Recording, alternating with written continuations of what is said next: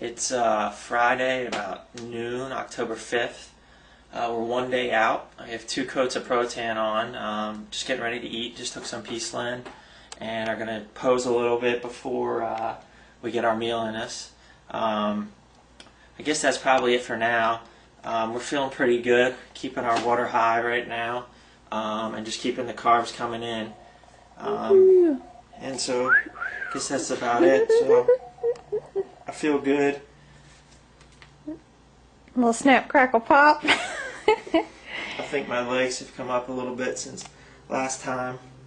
I'm probably a couple pounds heavier than when I was on stage 2 years ago, and I'm definitely leaner at this point.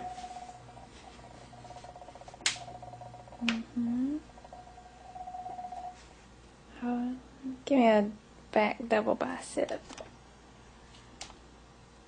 Ooh, look at his shoulders. He got like ripples right there. I see a Christmas tree.